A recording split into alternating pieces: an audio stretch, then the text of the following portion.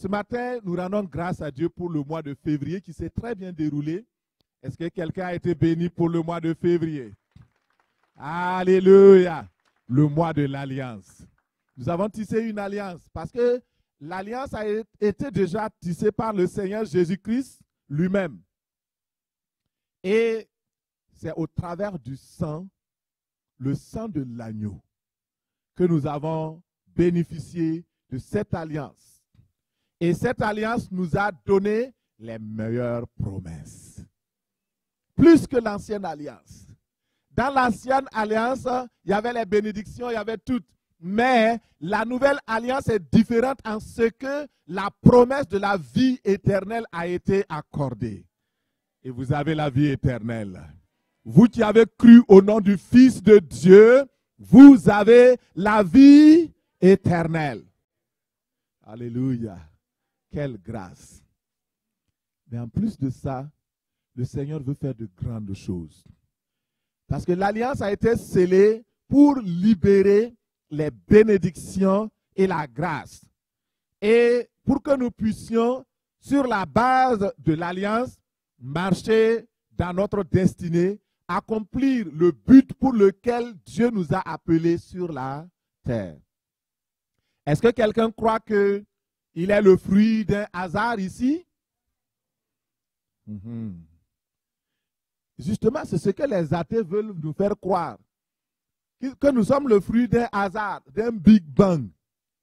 Non, tu n'es pas le fruit d'un Big Bang. Tu es le fruit d'un Dieu intelligent, d'un Dieu puissant, d'un architecte qui t'a formé, il t'a dessiné.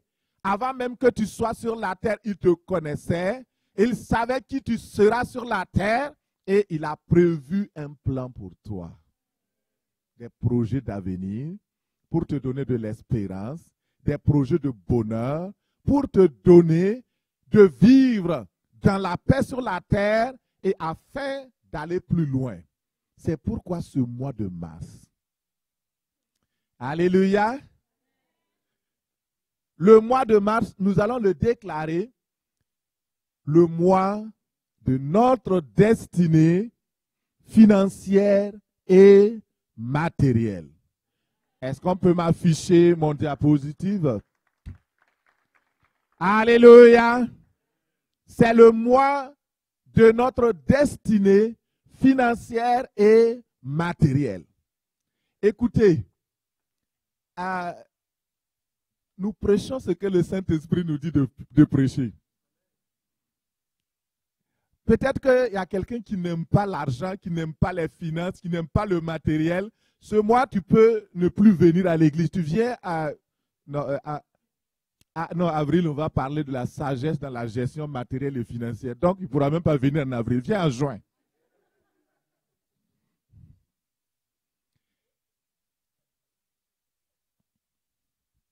Lorsque le Saint-Esprit nous dit de faire quelque chose, on le fait. Parce qu'on sait que c'est ce qu'il veut. S'il ne nous dit pas, on ne fait pas. C'est pourquoi il y a des gens qui sont venus me proposer, il faut faire ça, il faut faire ça. Je dis non. Il ne m'a rien dit à propos de ça. S'il me dit, je vais faire. Demain, s'il me dit, je vais faire. Alléluia.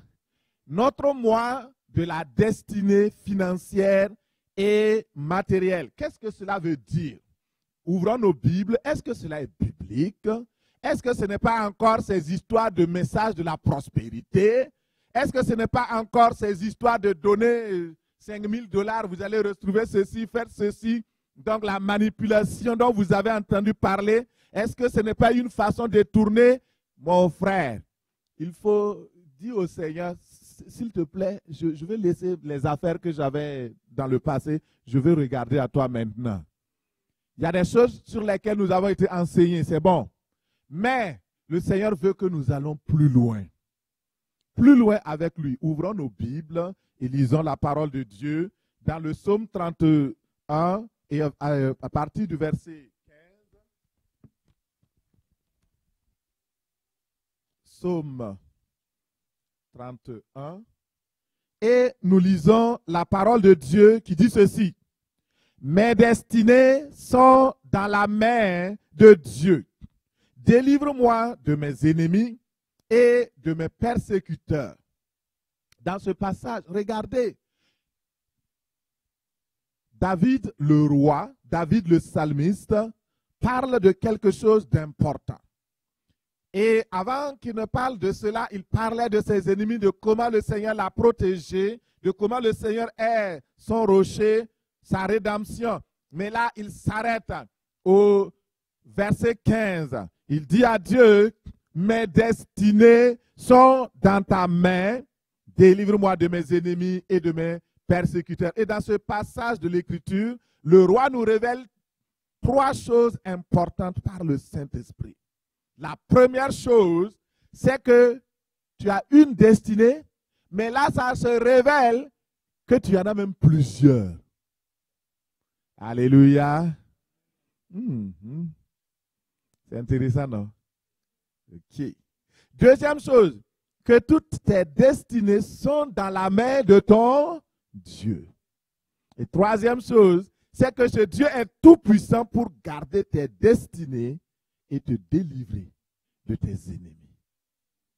Oh, je devais entendre des amen. Alléluia.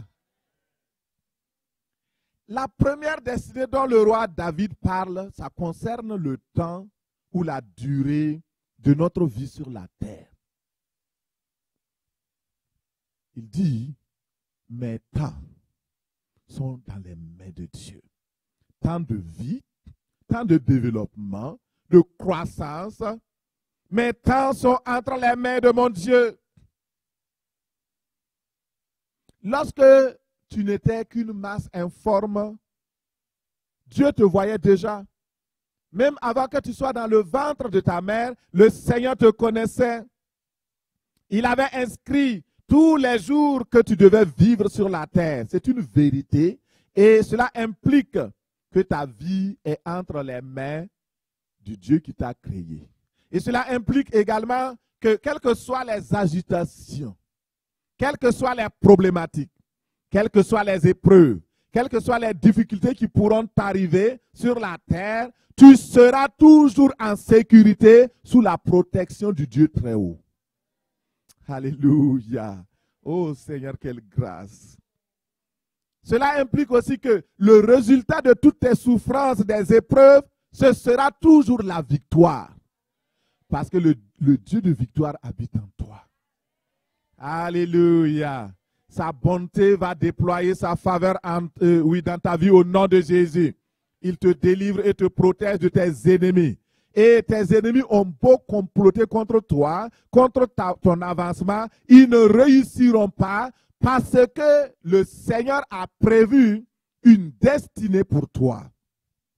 Ils ne pourront rien te faire. Tes ennemis peuvent s'agiter, mais ta vie ne dépend pas d'un homme ni du fils d'un homme. La durée de ta vie ne dépend pas de quelqu'un. La durée de ta vie sur la terre dépend de Dieu seul. Alléluia. C'est pourquoi il ne faut pas avoir peur. Lorsque vous entendez à gauche des cris de guerre, ceci ou cela, la Bible dit de rester calme. Parce que cela n'est que le début. Simplement, regardons dans Matthieu 24. Et je vais lire cela, mais je ne vais pas commenter. C'est une prédication.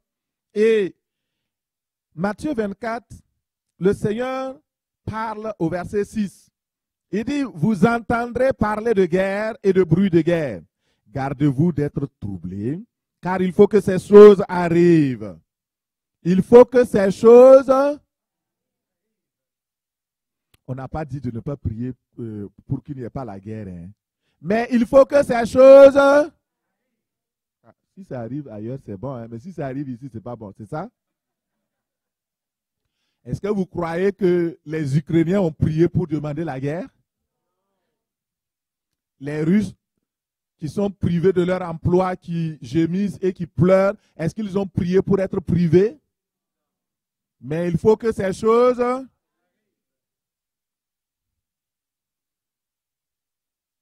Parce que nous sommes dans les derniers temps.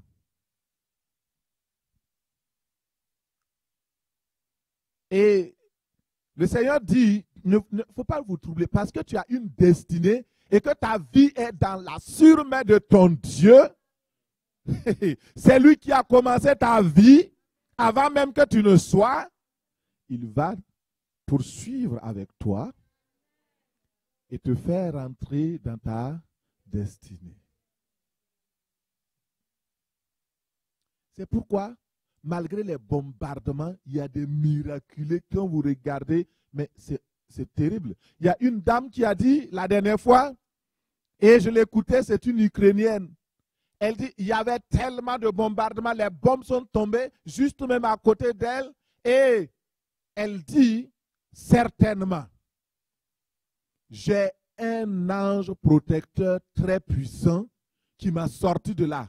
Sinon, c'était impossible que quelqu'un sorte de là vivant. Parce que Dieu a une destinée pour elle. Il va protéger. Ah, pasteur, mais ceux qui meurent, c'est ça.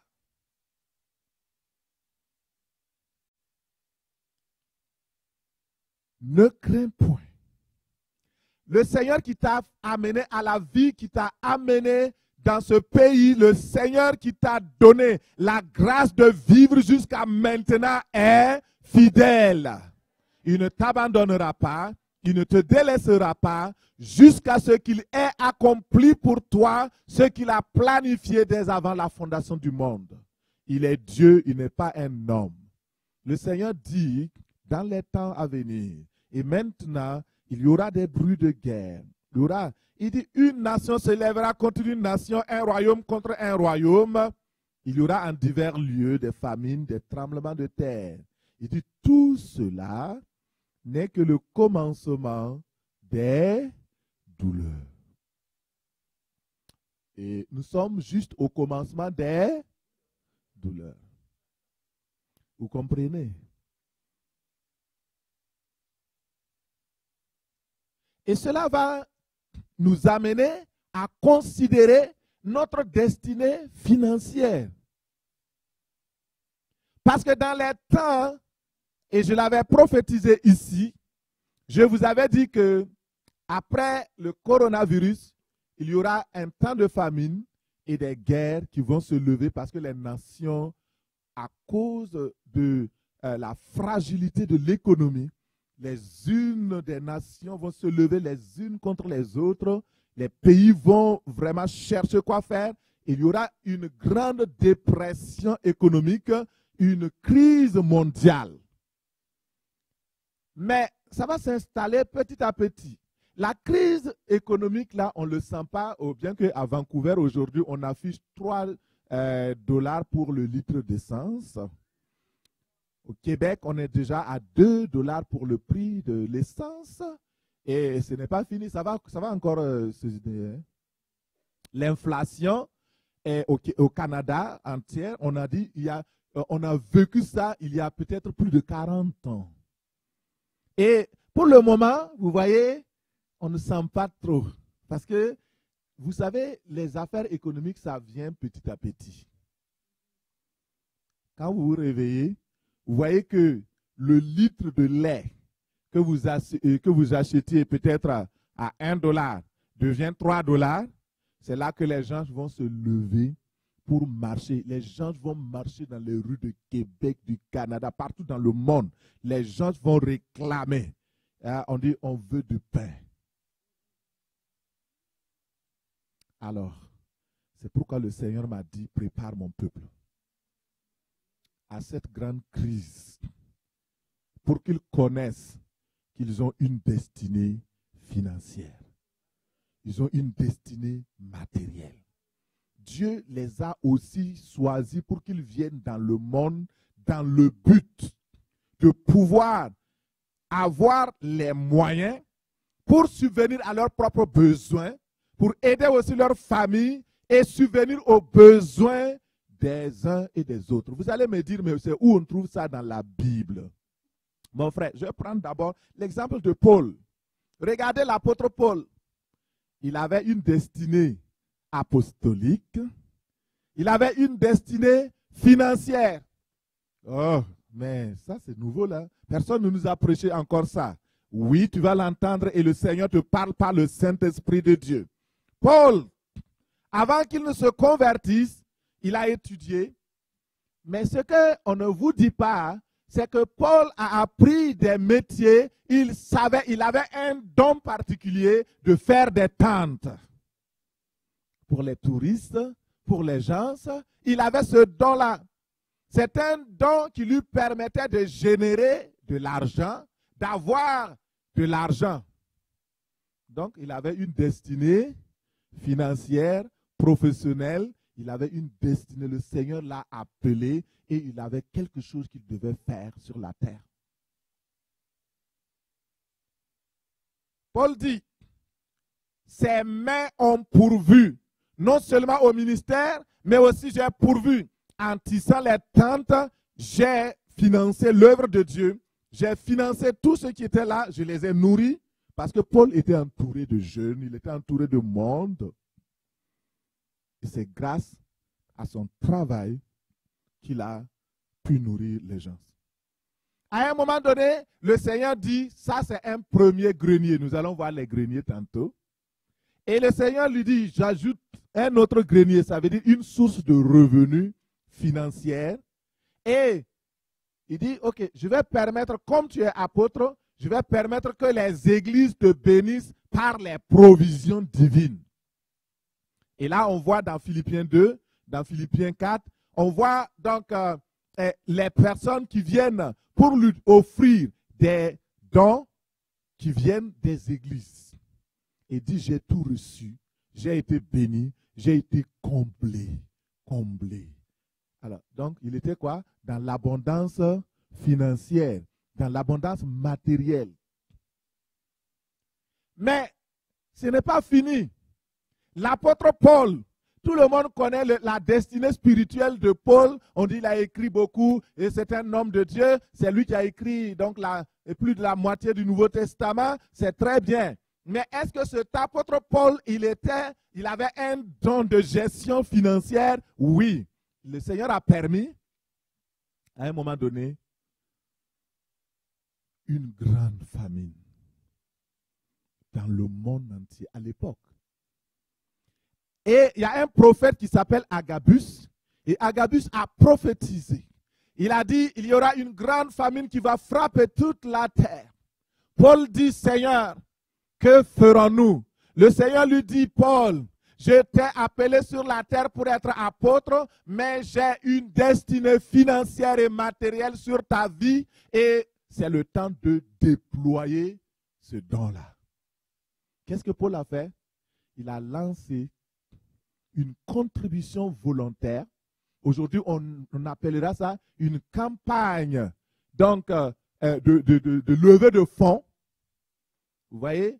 Les gens qui sont là, oh, les églises ont chaque fois donné l'argent.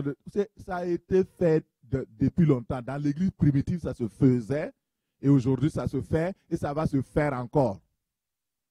Paul a fait le lever de fonds.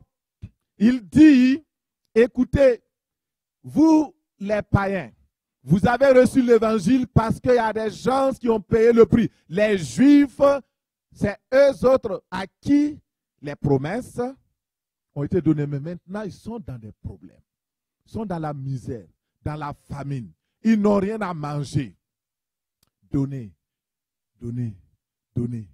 Et je vais récolter cela et je vais aller à Jérusalem. Je vais nourrir les saints. Je vais bénir les saints.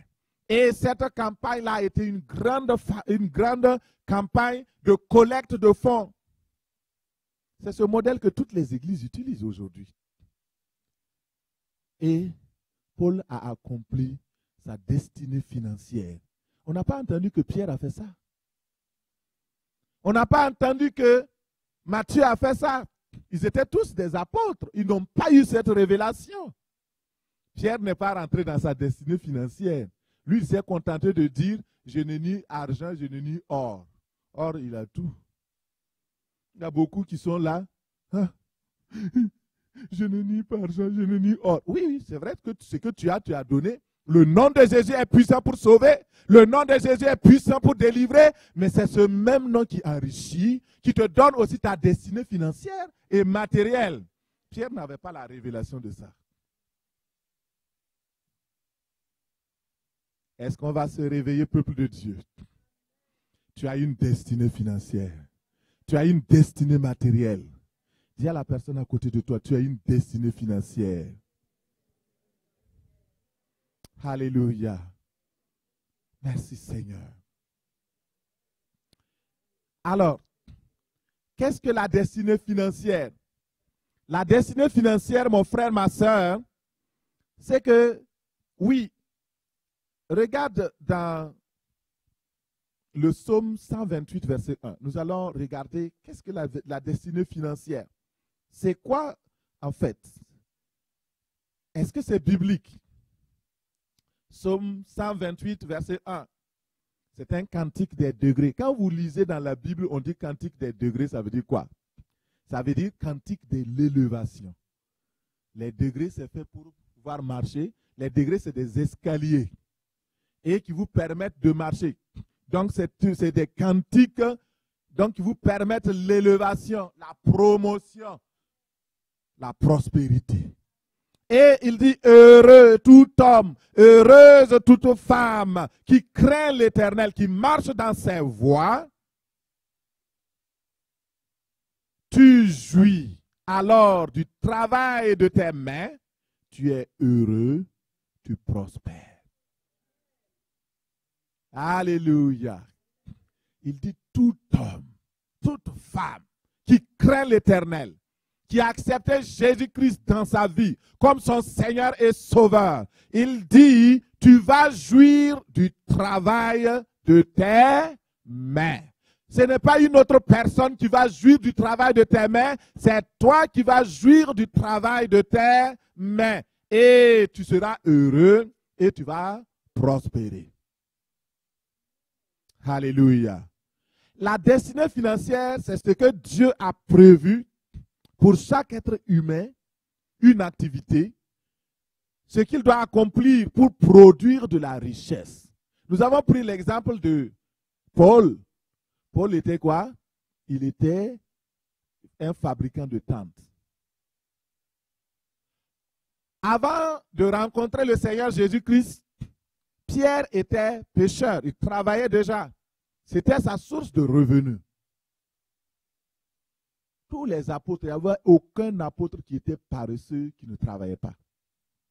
Et frères et sœurs, toute personne qui découvre l'activité dans laquelle il a été appelé, il va réussir dans ses entreprises.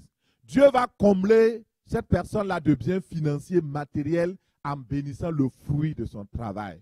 Et cette personne sera heureuse dans son activité parce qu'il a la crainte de l'Éternel. Il va jouir du travail de ses mains. Sera heureux, prospérera sur le plan matériel et financier. La destinée financière, pour ceux qui notent, c'est l'ensemble des bénédictions, un paquet de bénédictions que Dieu a prévu pour chaque individu qu'il a créé sur la terre. Il y a personne, il y a une personne qui a dit, je suis en partie avec cette personne, je suis d'accord avec lui. Il dit, le fait de naître dans une famille pauvre, ce n'est pas ton choix. Parce que personne ne choisit de naître dans une famille pauvre. On ne choisit pas sa famille.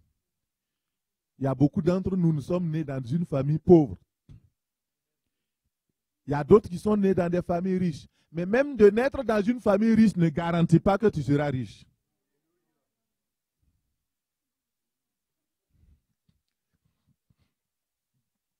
Et il dit, si tu nais dans une famille pauvre, ce n'est pas ton choix, ce n'est pas de ta faute. Mais si tu meurs pauvre, ça c'est ton choix.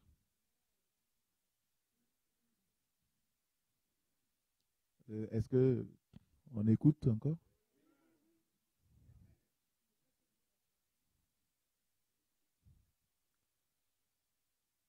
Tu es né dans une famille pauvre, il n'y a pas de problème.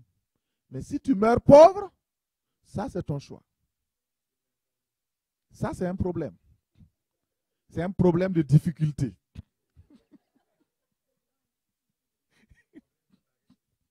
Alléluia. Que le Seigneur nous aide au nom de Jésus. Pasteur, est-ce que ça veut dire que tout le monde doit être riche?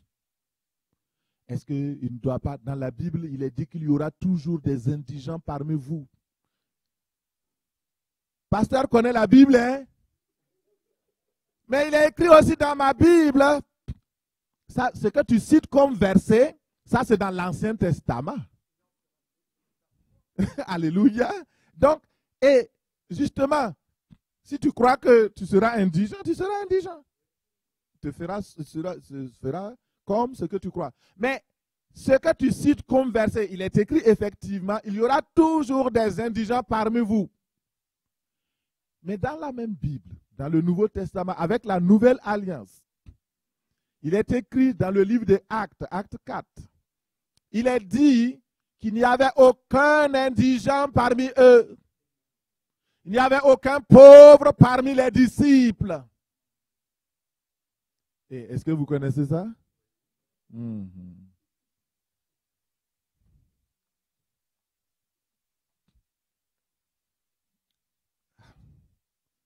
Et c'est la même Bible, oui.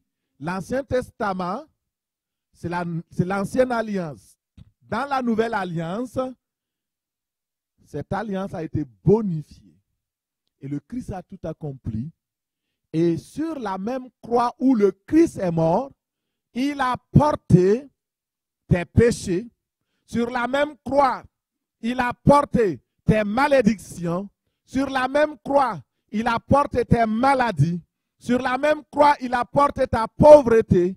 Et le Seigneur Jésus-Christ, la Bible dit, et c'est l'apôtre Paul qui le déclare, nous connaissons la grâce de notre Seigneur Jésus-Christ qui, étant pauvre et étant riche plutôt, s'est fait pauvre pour nous, afin que nous devenions pauvres.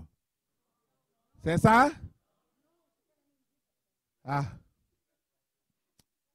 On me dit que je me suis trompé. On reprend alors. L'apôtre Paul dit, vous connaissez tous la grâce de Dieu. La grâce de Jésus-Christ. C'est Jésus-Christ qui était riche. Parce que la Bible dit que l'or et l'argent, ça appartient à qui? Qui a créé l'or? Qui a créé l'argent? La Bible dit que tout a été créé par Dieu pour le Seigneur Jésus et c'est pour lui que toutes choses ont été créées. Et par lui que toutes choses ont été créées. Alors, la grâce de Dieu a fait que le Christ qui est très, très riche, il s'est fait pauvre pour nous. Afin que par sa pauvreté, nous soyons riches. Nous devenions riches. Ça veut dire quoi? Ça veut dire que tu puisses entrer dans ta destinée financière et matérielle. Il y a eu un transfert. Le Seigneur nous a donné sa richesse et il a pris notre pauvreté. Si tu ne crois pas ça, je ne peux rien faire pour toi. Et il y a des temps durs qui s'en viennent. Il y a des temps durs qui s'en viennent. Et le Seigneur m'a dit prêche. Parce que dans la mentalité, ici au Québec, on dit qu'il ne faut pas parler de l'argent. C'est un tabou. Tu ne parles pas de politique, tu ne parles pas de religion, tu ne parles pas de l'argent. Et c'est à cause de tout ça que les gens vivent aussi dans la pauvreté, dans la misère. Regardez le Québec. On est la province la plus pauvre parmi les provinces du Canada. C'est la réalité. Nous avons des dettes. Nous devons à l'Ontario, nous devons à l'Alberta, les histoires de péréquation. Il y a une dette, une lourde dette qui pèse sur les gens. Pourquoi? Vous savez, vous voulez la vérité? Parce que l'Église catholique a enseigné les gens à être pauvres.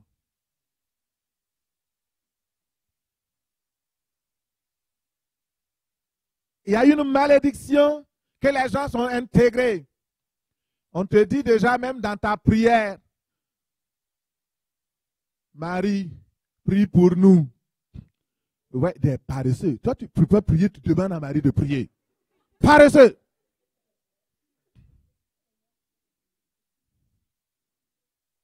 Il y a des gens même qui sont tellement paresseux qu'ils vont mettre des chandelles et de la musique pour prier pour nous. Et dans la prière, même que vous avez répété plusieurs fois, et c'est pourquoi ceux qui ont été dans la religion catholique, vous devez faire très attention parce qu'il y a des malédictions cachées qui sont, finalement vous ne le connaissez pas, mais c'est réel. Quand vous dites, priez pour nous, pauvres pécheurs, ça veut dire quoi? Tu es pauvre et tu es pécheur. PPP, pauvre petit pécheur.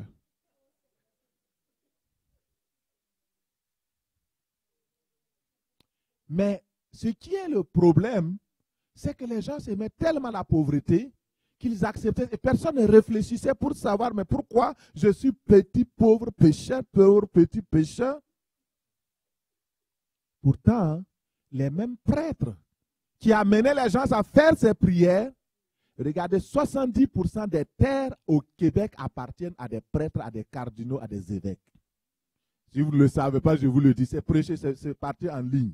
On ne peut plus retirer.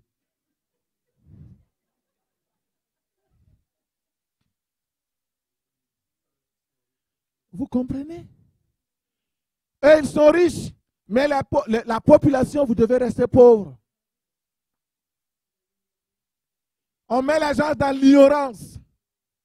Le poids de l'histoire pèse sur le Québec. Et nous devons dégager de cette mentalité de pauvreté au nom de Jésus.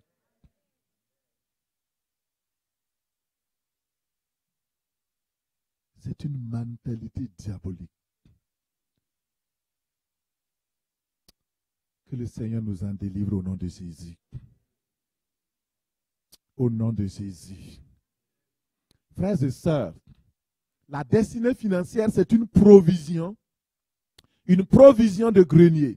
Une provision dans le Proverbe 3, verset 9. Donc, allons-y dans Proverbe 3, verset 9 et lisons la parole. Et ça nous dit, je vais le commenter à cause du temps. Il dit, honore l'Éternel avec tout ton revenu, tout ce que tu gagnes.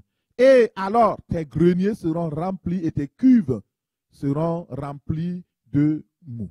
Alors, le Seigneur dit, honore-moi en m'offrant ce que tu gagnes, le revenu, et donne-moi la première place de tes récoltes, de ton salaire. Alors, tes greniers seront pleins de grains et tu manqueras même de la place dans tes cuves pour garder ton vin. La destinée financière, c'est quoi? C'est cette provision de greniers et de cuves. Dans le sens naturel, les greniers, c'est quoi? C'est fait pour conserver les choses liquides, mais plutôt solides. Et les cuves, c'est fait pour conserver les choses donc liquides. Et sur le plan spirituel, ces greniers représentent la prospérité, tandis que les cuves représentent l'abondance. Ça, c'est la révélation du Seigneur. Il y a deux aspects principaux dans la destinée financière. Le premier aspect, c'est la prospérité. Dans 3 Jean 1, verset 2, il dit, bien-aimé, je souhaite que tu prospères à tous égards et tu sois en bonne santé, comme prospère l'état de ton âme. Le Seigneur ici fait une différence entre la prospérité physique, financière et matérielle et la prospérité spirituelle. Il dit, cher ami, et toi qui écoutes ce message en ce matin, le Seigneur souhaite, c'est son désir ardent, que tu prospères à tous égards. Sur le plan financier, sur le plan matériel, physique, spirituel, matrimonial, familial, entrepreneurial, sur le plan académique, sur le plan matrimonial. Il veut que tu prospères. Il veut que tu prospères. En fait, ce que beaucoup ne connaissent pas, entre la richesse et la prospérité, il y a une différence. On peut être riche et ne pas être prospère. Lorsque vous êtes riche, c'est un potentiel. Par exemple, vous prenez tous les pays africains sont tellement riches. Prenez un pays comme au Congo. Le Congo démocratique est 10 et 20 fois plus riche que la France. Et en superficie, 20 fois plus étendu que la France. Mais regardez, malgré ses richesses, il ne prospère pas. Vous pouvez prendre beaucoup d'autres. Pourquoi? Parce que tout le monde est riche. Hein? La Bible dit que nous avons été bénis de toutes les bénédictions qui sont dans le lieu céleste. Le Seigneur a déversé la richesse. Mais c'est une potentialité. C'est un potentiel.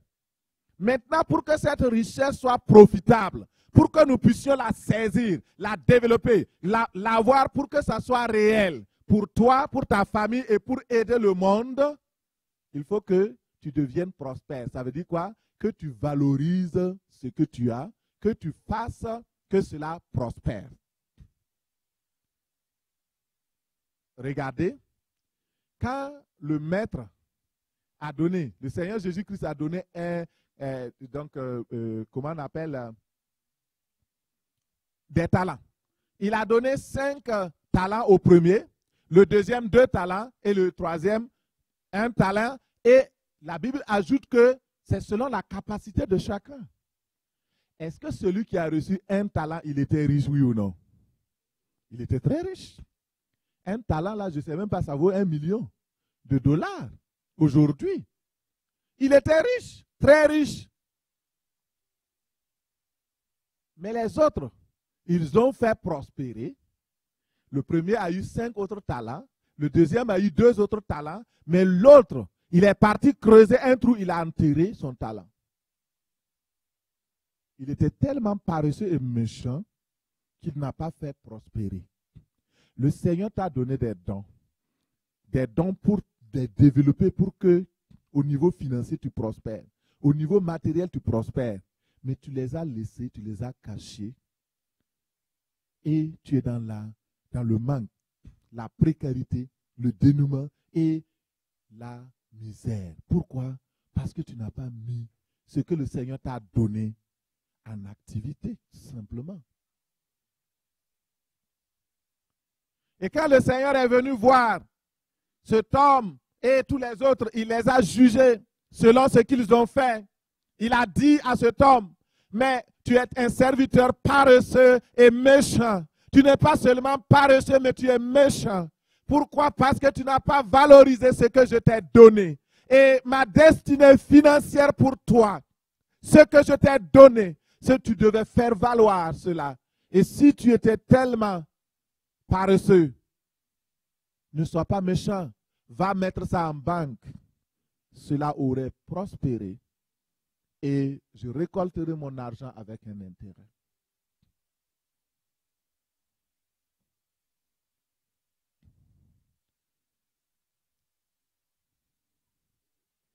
Seigneur, aide-nous. Le Seigneur Jésus-Christ avait une destinée financière. Lui-même, sur la terre. La première, les gens ne pensent pas à ces choses-là. 1/3 des enseignements de Jésus-Christ concernaient l'argent dans la Bible. Allez-y vérifier. Soyez comme les chrétiens de Béret. Il parlait de l'argent, de la gestion de gérer. Et lui-même, quand Jésus-Christ est né, parmi tous ceux qui sont nés, je n'ai pas vu dans la Bible ni aucune partie où les gens sont venus donner de l'or, de la myrrhe, de l'encens à un bébé, parce que cela matérialisait sa destinée financière. Les mages ont été dépêchés depuis l'Orient. Ils sont arrivés, ils ont trouvé l'enfant et ils se sont prosternés devant l'enfant, pas devant Marie, pas devant Joseph. Le petit enfant qui est là, ils l'ont reconnu comme le Fils de Dieu. Ils ont ouvert leur sac. Tu es roi, tu mérites de l'or. C'est ta destinée financière. Voici de la myrrhe. voici de l'encens. Parce que tu as une destinée de sacrificateur. Et pour ta destinée de sacrificature, tu dois pouvoir utiliser l'encens. Hey, mon frère, ma soeur, il y a la révélation en masse. Le ruisseau de Dieu est plein d'eau.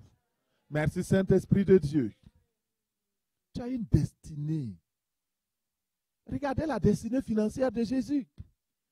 Un jour, César vient et dit, ok, payez l'impôt.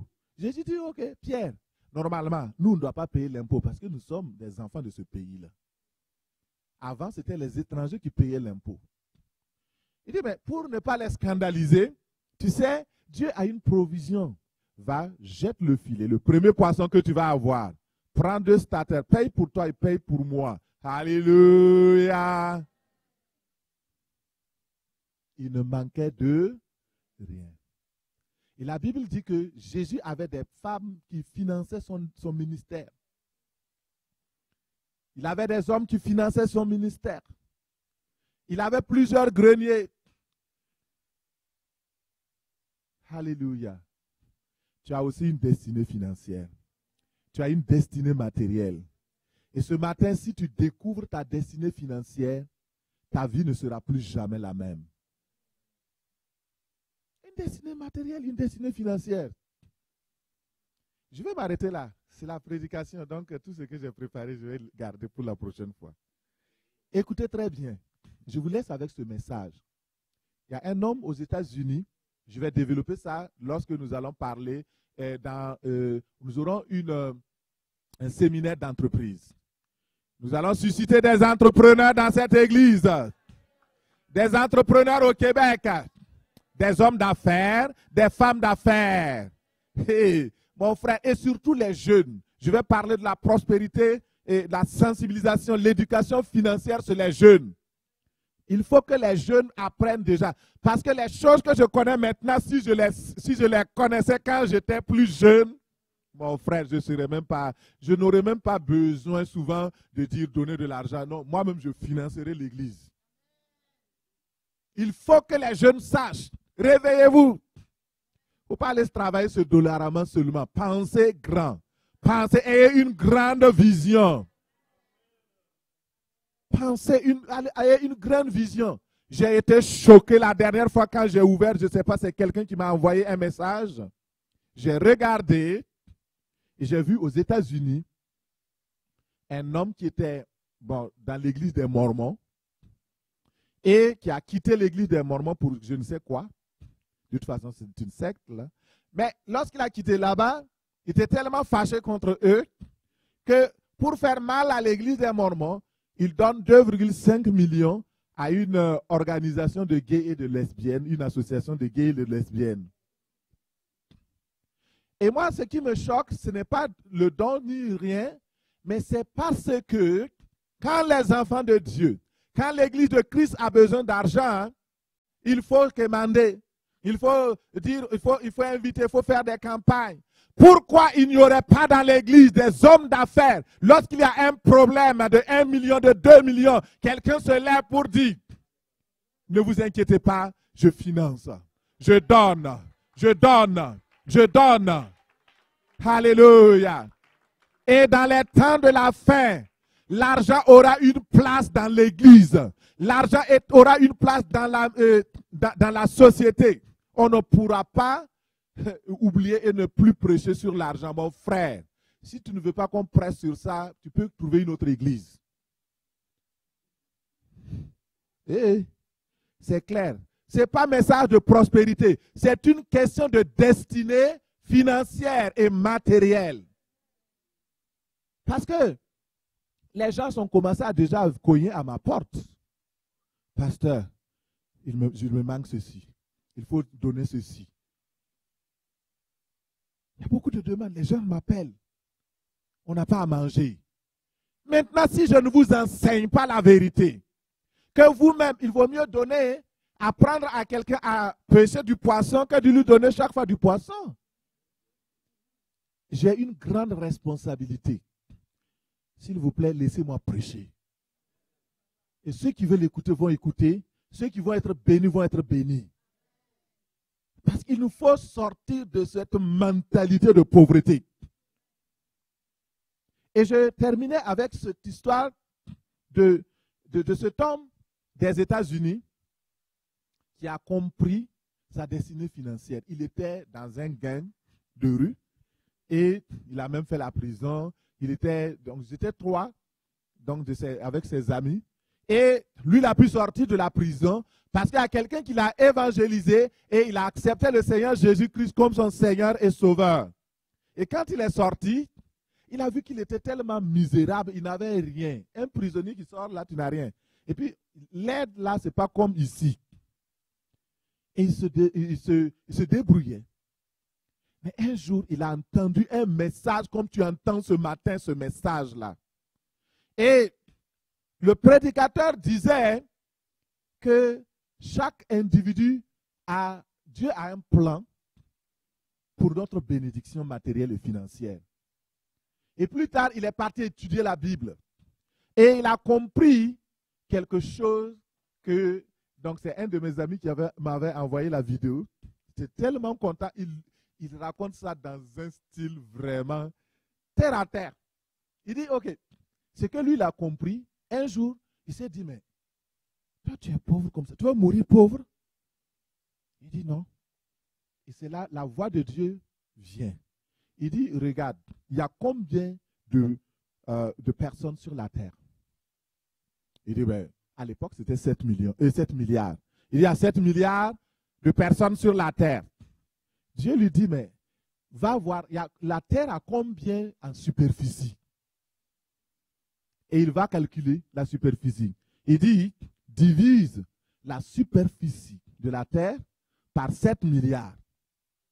Il a divisé et il a trouvé, ben je n'ai plus donc les chiffres, et il a trouvé que chaque personne devait au moins avoir 2 hectares ou 3 hectares dans sa vie. Mais vous pouvez le faire le calcul, allez-y à la maison, là, faites le petit calcul. Et alors, il s'est assis, il dit, mais je n'ai même pas, je n'ai même pas 1 mètre carré qui m'appartient en propre. Dieu dit, mais c'est de ta faute. Sur la terre, j'ai prévu que chaque individu qui est sur la terre doit avoir un lopin de terre, une portion de terre pour vivre qui lui appartient en propre. Et ça a été une révélation. Il s'est levé et il a commencé à prier.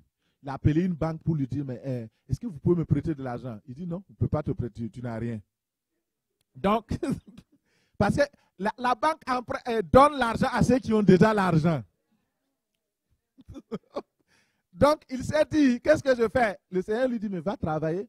Il est parti commencer à travailler, des petits boulots. Et il a économisé, il a eu de l'argent. Et il dit, je vais acheter un lopin de terre. Et le Seigneur l'a béni. Quand il faisait la démarche, le terrain devait coûter 2 fois plus. Et la personne lui a dit, bon, écoute, je ne sais pas pourquoi je te donne ce terrain-là à ce prix-là, mais il y a quelque chose qui me dit de te donner le terrain. Alléluia! Il a pris 1 hectare. Et après, un jour, il s'est assis, il a commencé à méditer, à louer Dieu, à regarder. Et là, il dit, mais mon ami mes 2 amis qui sont toujours en prison là, je sais qu'ils n'ont pas cette révélation et puis de toute façon les terres ça ne les intéresse pas. Oh Dieu, est-ce que tu peux me donner leur portion?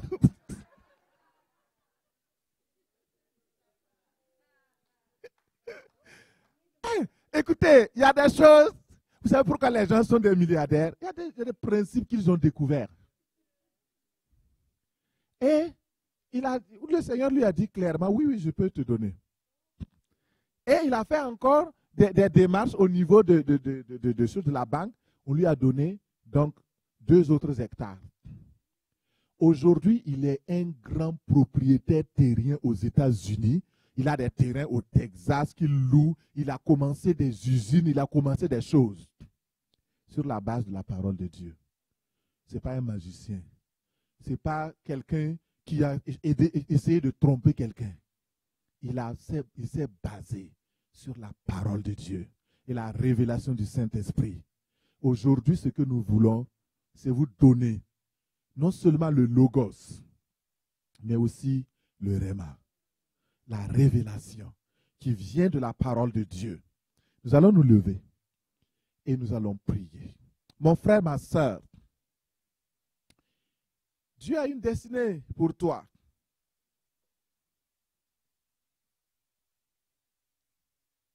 Il a une destinée pour toi. Dans 2 Corinthiens 9, 8, il dit, et Dieu peut vous combler de toutes sortes de grâces, afin que possédant toujours en toutes choses de quoi satisfaire à vos besoins, vous en ayez encore en abondance pour toute bonne œuvre. Yes. Alors, nous allons prier. Nous allons regarder. Le Seigneur veut vraiment nous amener dans une... Il veut briser le sceptre de la pauvreté qui pèse sur ta vie, sur ta famille. Parce que nous avons eu des idées reçues. Quand j'étais plus jeune, ma mère me disait, ne va pas t'amuser avec les enfants des riches. Tu es pauvre, tu dois rester avec les pauvres. C'est une mentalité, vous voyez? Il a fallu, quand j'ai grandi, j'ai rejeté ces idées-là. Et j'avais de la haine pour la richesse. J'avais de la haine pour l'argent. Je ne sais même pas pourquoi. Parce que ma maman m'a inculqué ça. C'est un démon. Je ne dis pas ma maman, mais le démon de la pensée maléfique.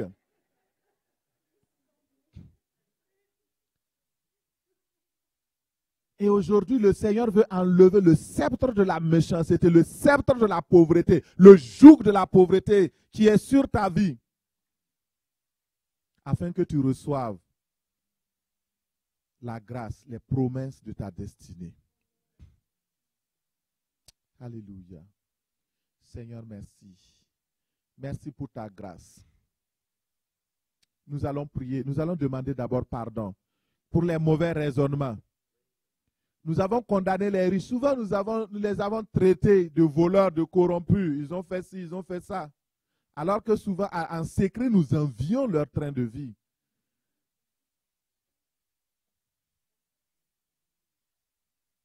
Ce qui est mauvais, c'est l'amour de l'argent. C'est l'amour des richesses. Si tu cherches cela plus que Dieu, tu es un idolâtre. Mais si tu mets en avant la parole de Dieu, la capacité, le pouvoir d'entrer dans ta destinée financière, ça dépend de l'importance que tu accordes à la parole de Dieu. Si tu obéis à l'Éternel, ton Dieu. Et quand vous regardez les 12 bénédictions que le Seigneur a données dans Deutéronome 28, les 9 concernent les bénédictions matérielles et financières. C'est ça. Et ce matin, le Seigneur veut nous en délivrer. Je vais revenir là-dessus la prochaine fois quand je vais prêcher. On va demander pardon à Dieu pour les mauvais raisonnements, les mauvaises compréhensions que nous avons eues par rapport à l'argent, à la richesse. Nous allons demander pardon parce que certainement nous avons accepté même en secret la pauvreté et la misère. Nous avons dit que c'était normal. Par exemple, moi, j'acceptais ça. Hein. Je disais que c'était normal que je sois pauvre. Je suis né dans une famille pauvre. Je serai pauvre, je resterai pauvre.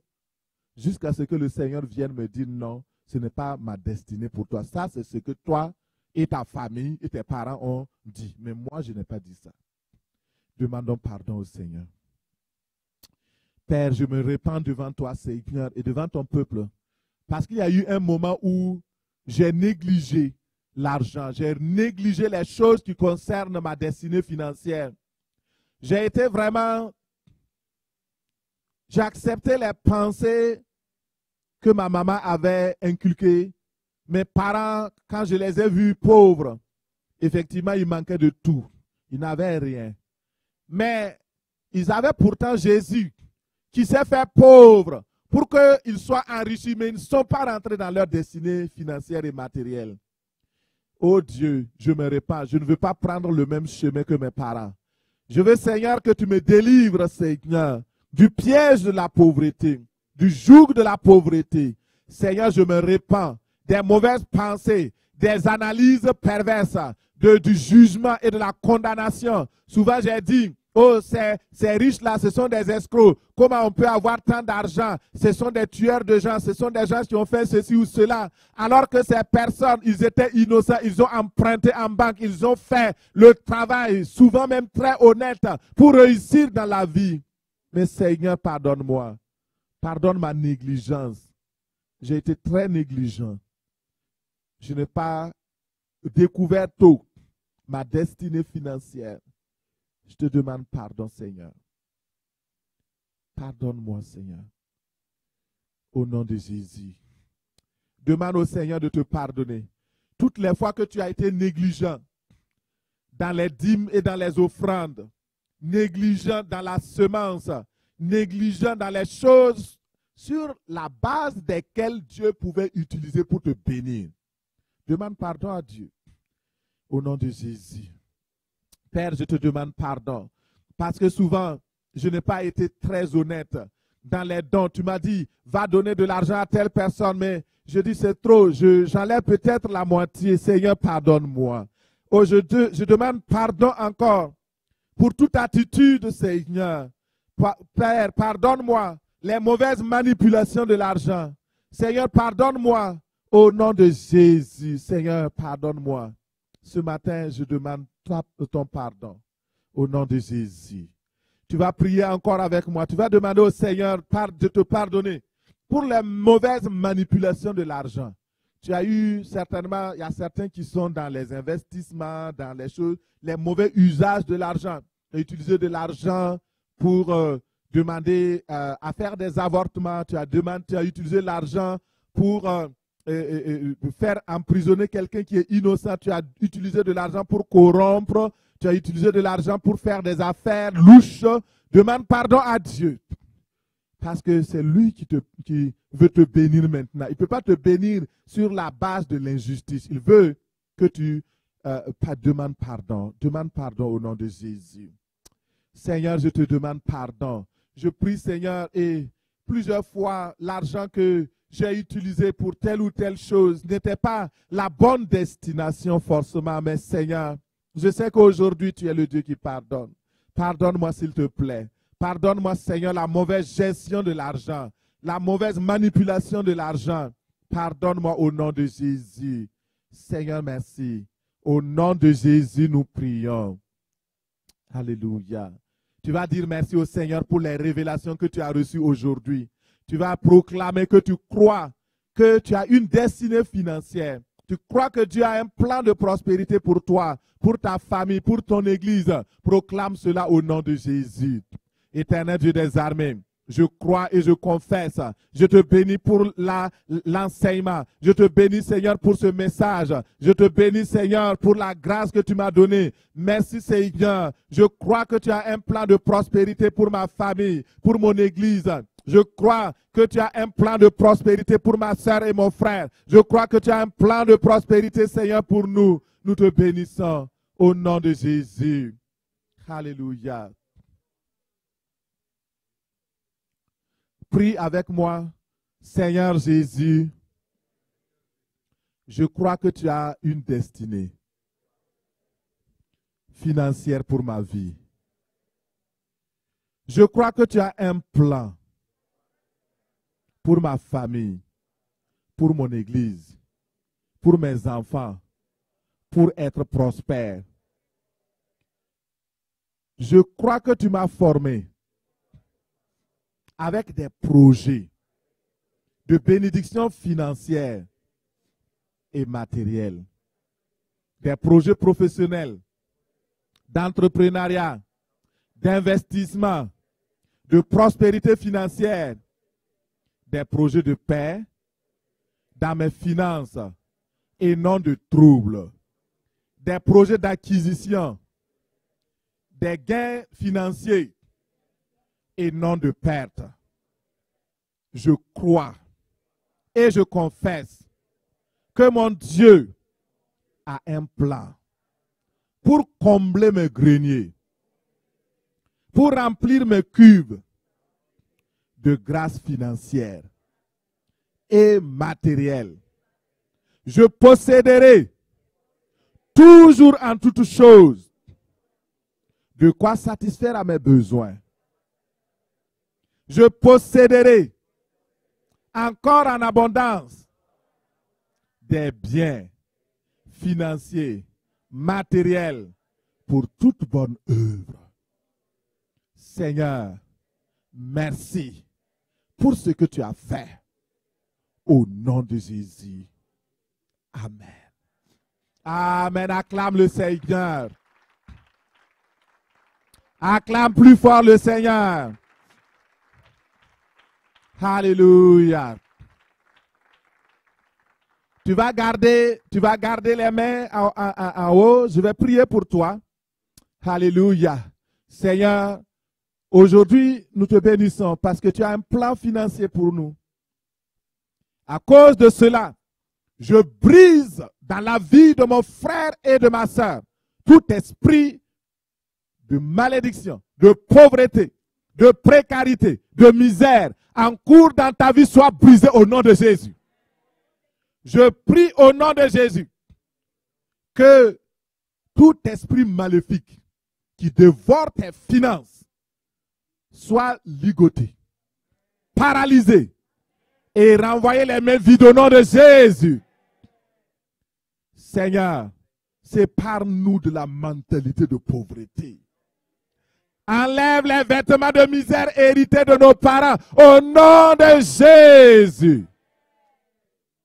Seigneur, revêt tes enfants du manteau de la bénédiction financière. Revêt-les, Seigneur, du manteau de la bénédiction matérielle au nom de Jésus. La révélation vient dans leur cœur au nom de Jésus. Seigneur, que tout vœu de pauvreté, toute alliance de pauvreté liée à leur destinée soit maintenant brisée, brisée, brisée, brisée, brisée au nom de Jésus. Que toutes les paroles ayant installé l'auto-malédiction dans leur vie de pauvreté, malédiction de précarité, les slogans, les prières invitant la pauvreté, les slogans inconscients, ô pauvre de moi, ô pauvre femme, ô pauvre mari, ô pauvre et ceci. Dans le nom de Jésus, je brise ces paroles dans leur vie au nom de Jésus. Que les conséquences de ces malédictions soient effacées de ta vie désormais au nom puissant de Jésus. Je prie que tu entres dans ta destinée financière au nom de Jésus. Dans ta destinée matérielle au nom de Jésus. Comme cet exemple d'homme que j'ai cité qui a découvert par ta grâce et par ton esprit ce qui concerne sa destinée territoriale et matérielle. Seigneur Jésus, donne-leur la révélation, mais aussi les moyens d'entrer dans leur destinée au nom puissant de Jésus. Que tout obstacle sur leur chemin soit brisé au nom de Jésus. Que tout avoir, tout ce que tu avais en banque et que l'ennemi avait emprisonné, que tes avoirs quittent ces banques maintenant au nom de Jésus. Je brise les verrous de fer au nom de Jésus. Je brise les verrous de fer au nom de Jésus. Que les portes d'airain sautent au nom de Jésus. Et que les bénédictions cachées maintenant apparaissent. Oh, la sagesse infinie pour gérer les richesses te soit accordée au nom puissant de Jésus. Seigneur, donne-leur de rentrer dans les promesses de leur destinée financière en obéissance à ta parole. Seigneur, que la destinée financière qui leur a été promise par toi et qui est leur destinée ne les échappe pas au nom de Jésus. Seigneur, sois béni dans le nom de Jésus. Dans le nom de Jésus. Dans le nom de Jésus. Dans le nom de Jésus. Dans le nom de Jésus. Alléluia. Merci Seigneur. Gloire à Dieu. Amen.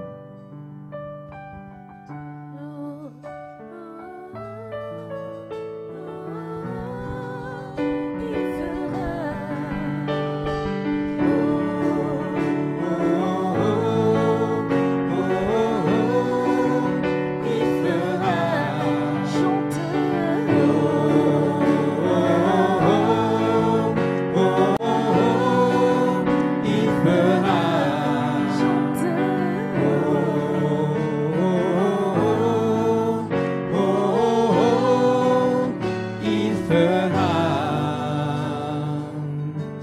Alléluia. Que le diacre ne parle, il y a une sœur qui m'a abordé, c'est une Québécoise pure laine, comme moi. Alors, et donc, elle a dit que ici au Québec, on a un dicton qui dit que je suis né avec un petit pain, je mourrai avec un petit pain. Vous voyez? Est-ce que vraiment c'est bon? La personne s'auto-maudit. C'est ça, dans la prière, j'ai parlé des auto-malédictions. Et les gens se le répètent. Je suis né avec un petit pain, je mourrai avec un petit pain. Tu es né avec un petit pain, tu mourras avec un petit pain. Nous sommes nés avec un... Mon frère, la conjugaison maléfique.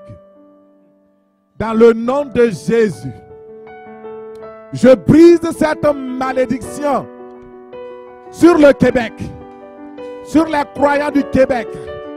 Malédiction de petit pain, né avec petit pain, meurt avec petit pain. Maintenant, tu es vaincu au nom de Jésus.